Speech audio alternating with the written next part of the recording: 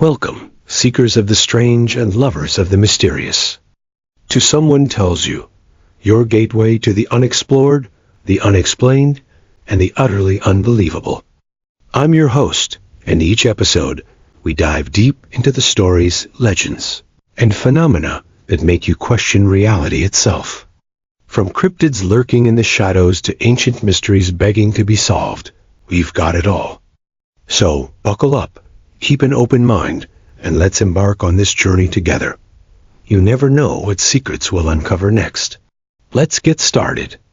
Comicsgate is, at its core, a reaction to shifts in the comics industry that some fans and creators see as prioritizing diversity, representation, and progressive themes over what they perceive as good storytelling. The movement includes both legitimate critics of the industry and others who have used it as a platform for hostility and reactionary rhetoric.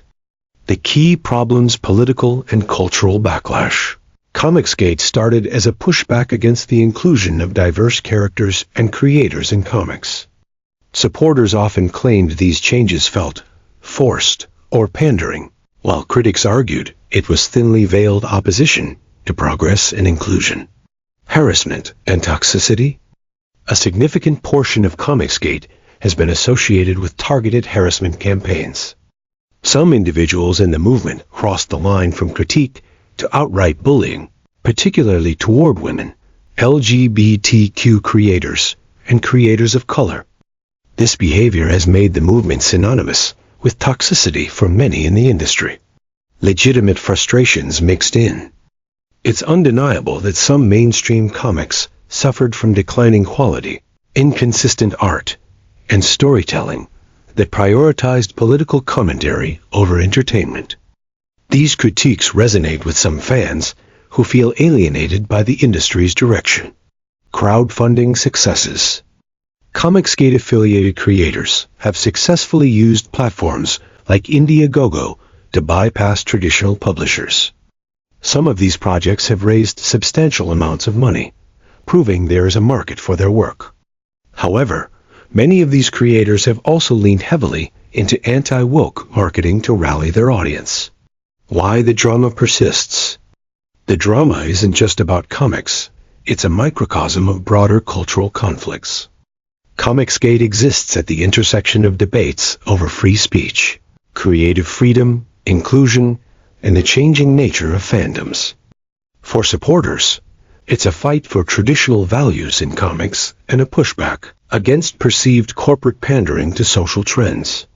For critics, it's a regressive movement cloaked in the language of critique, often used to justify exclusionary and hostile behavior.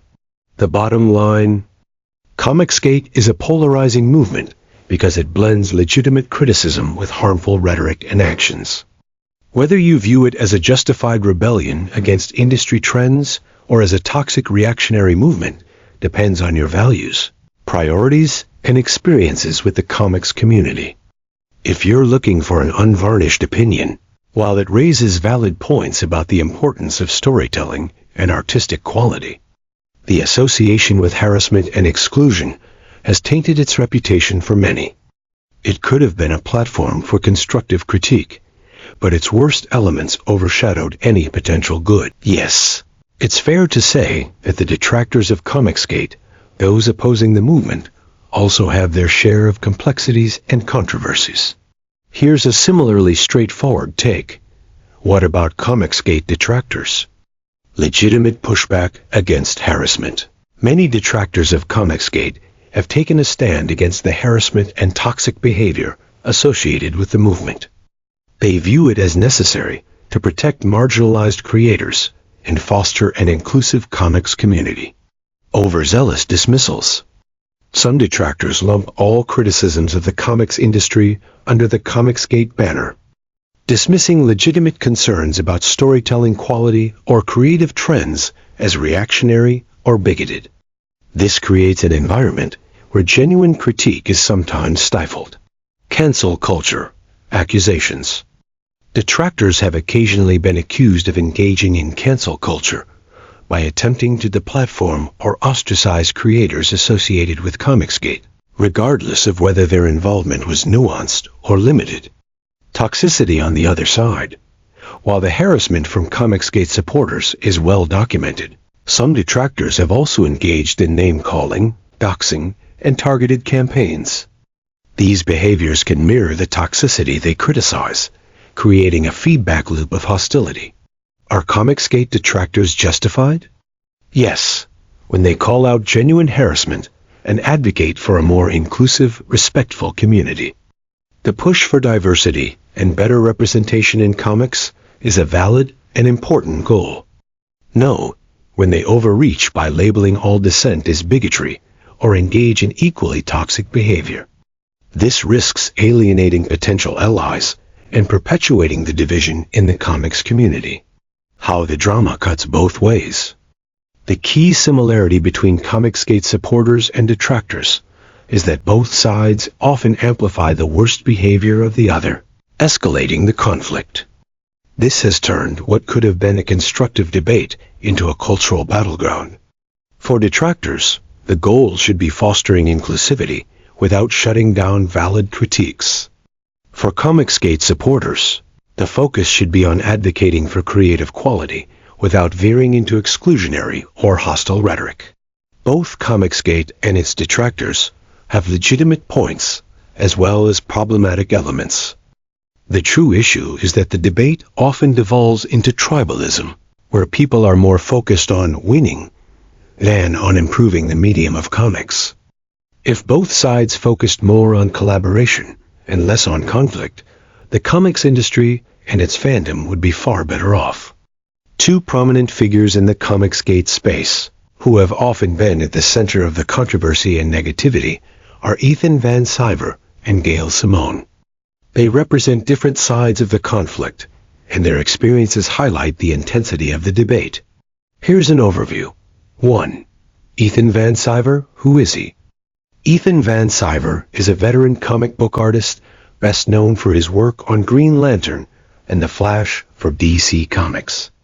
He became one of the most prominent figures associated with Comicsgate, actively defending and promoting the movement. Why the negativity? Van Sciver's outspoken support for Comicsgate, along with his confrontational style on social media, has made him a polarizing figure. Critics accuse him of fostering a toxic environment and encouraging harassment campaigns, whether directly or indirectly. Supporters view him as a champion of free speech and a defender of traditional comic storytelling. Impact. Van Sciver has found success outside the mainstream industry by crowdfunding his projects, such as Cyberfrog. However, his association with Comicsgate ensures he remains a lightning rod for criticism.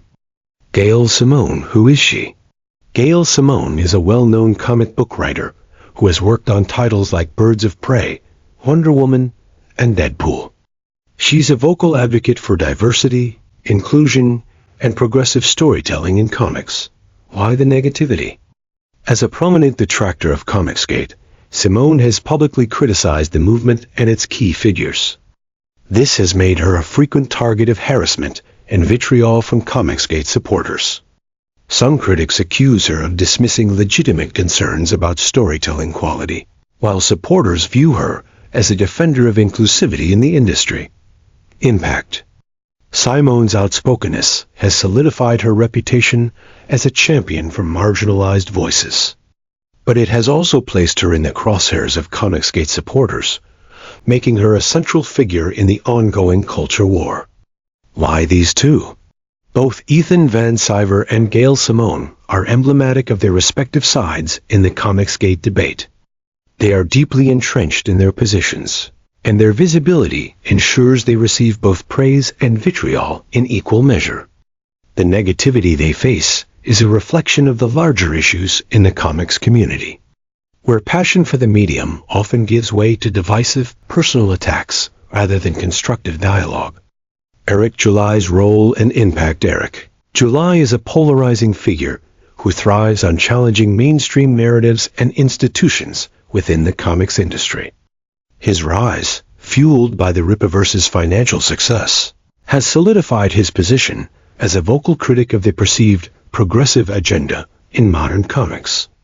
However, his involvement also amplifies many of the existing cultural divides. The good success as an independent creator, Eric July put his money where his mouth is. Ice Ohm's financial success proves there's a sizable audience for non-mainstream comics that focus on traditional superhero storytelling without overt political messaging. For aspiring creators, he's an example of how to bypass gatekeepers, establish a direct relationship with fans, and own your intellectual property, challenging the status quo. July critiques the dominance of major publishers like Marvel and DC, and their focus on social and political themes in ways he and his followers believe overshadow storytelling. This resonates with fans who feel alienated by changes to beloved characters and franchises. Expanding the market. By creating his own space, July is growing the indie comics market. He's introducing new readers to comics who may have abandoned the medium or never engaged with it before. The bad, polarizing, and combative style.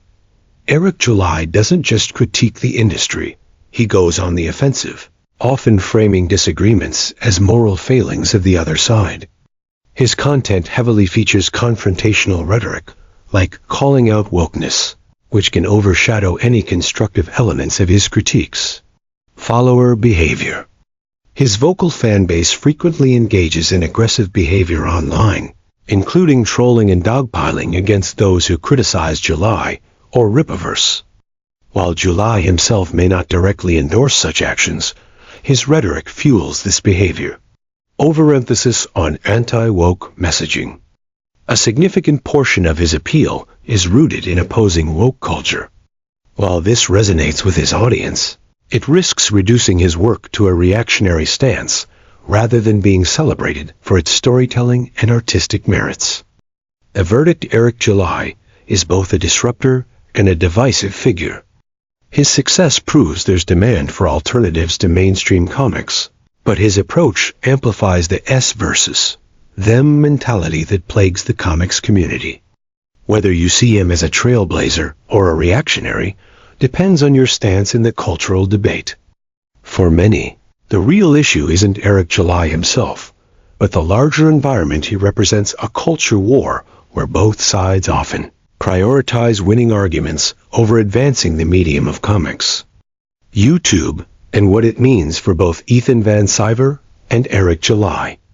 Without their YouTube channels, Eric July and Ethan Van Sciver wouldn't be nearly as successful as they are now. Plain and simple. Here's why. Eric July. Eric July's Rippaverse blew up because of his YouTube presence. His channel gave him a loyal fan base that believes in him and his vision. They weren't just buying a comic.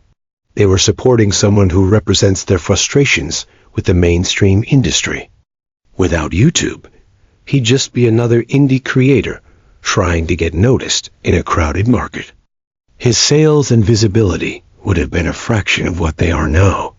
Ethan Van Sciver. Ethan's a talented artist with a solid history in the industry. So, without YouTube, he might have managed to scrape by on his reputation. But let's be honest, YouTube is where he built his direct-to-fan business model and raked in big money for Cyberfrog. Without the channel, he'd probably still be making comics, but not at the scale he's pulling off now. The bottom line: both guys owe a huge chunk of their success to YouTube. It's not just about the comics, it's about the platforms they've built and the connection they have with their audiences. No YouTube? No multi-million-dollar campaigns. Comicsgate, what it is: a movement that emerged in response to dissatisfaction with mainstream comics, particularly what its supporters see as a focus on pushing social agendas over quality storytelling and character development. Supporters: they advocate for traditional storytelling, artistic freedom, and consumer-driven content. Many turn to crowdfunding platforms to support independent projects outside the mainstream. Key figures: Ethan Van Sciver is one of the most prominent voices in the movement. Comicsgate detractors. What they believe: critics of Comicsgate view the movement as reactionary, regressive and hostile to efforts at broadening representation and themes in comics. Arguments against Comicsgate. They often accuse Comicsgate supporters of promoting a toxic culture that marginalizes creators from diverse backgrounds or those who bring modern themes into comics. Rippaverse. What it is. An independent comic book universe created by Eric July, launching with ISOM #1 in 2022. It's positioned as an alternative to mainstream comics, focusing on superhero storytelling without overt social or political commentary. Success. The Rippaverse broke records in the indie comic space, with ISOM #1 raising over $3.7 million in sales. Subsequent projects have also been financially successful, though not at the same scale. Criticism. Critics argue that its popularity is driven more by July's cultural commentary and YouTube platform than by the quality of the comics themselves. The ongoing battle. Core conflict. The clash between Comicsgate, its detractors, and movements like the Rippaverse reflects a broader culture war. It's not just about comics, it's a fight over values, storytelling approaches, and market control. From both sides. Comicsgate and Rippaverse accuse detractors and mainstream publishers of alienating traditional audiences and prioritizing politics over entertainment. Detractors view Comicsgate and similar movements as driven by grievance politics and an unwillingness to embrace progress. Resulting divide. This battle has deepened divisions in the comic community, where creators and fans often feel compelled to pick sides instead of focusing on the stories themselves. Bottom line. The struggle between these groups highlights a rift in the comic book world, with one side championing tradition and independence, and the other advocating for progress and inclusivity. Both sides claim to be fighting for the future of comics, but the constant infighting risks alienating fans and overshadowing the medium's creative potential.